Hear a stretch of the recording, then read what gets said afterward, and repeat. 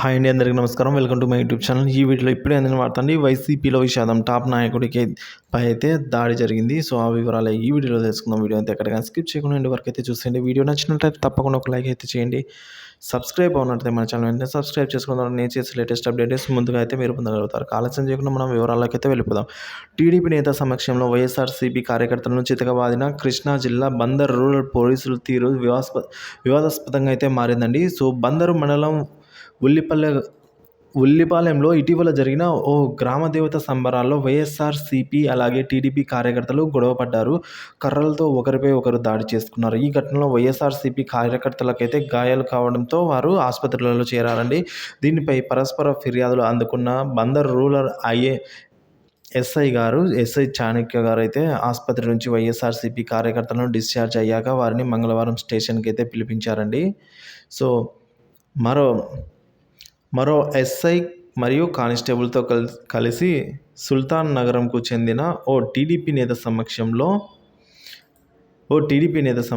అయితే గనక ముగ్గురు వైఎస్ఆర్సీపీ కార్యకర్తలను లాఠీలతో ఎస్ఐ కుల్లబొడిచారు.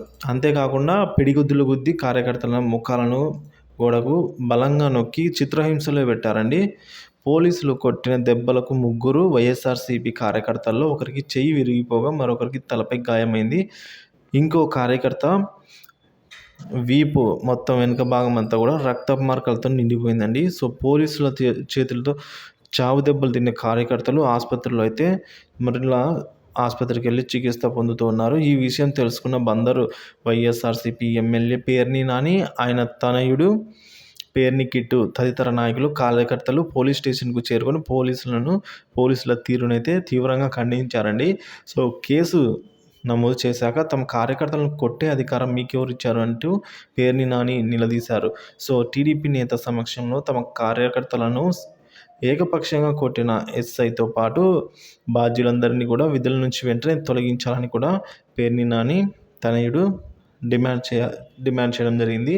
సో ఈ సమాచారం అందుకున్న బందరు డిఎస్పి సుబాని అలాగే సబ్ డివిజన్కు చెందిన సిఐలు ఎస్ఐలు పెద్ద ఎత్తున పోలీస్ స్టేషన్కు చేరుకున్నారు. మరోవైపు వైఎస్ఆర్సీపీ నేతలు కార్యకర్తలు కూడా భారీగానే వచ్చారు. దీంతో స్టేషన్ అంతా ఉద్రిక్తత నెలకొందండి.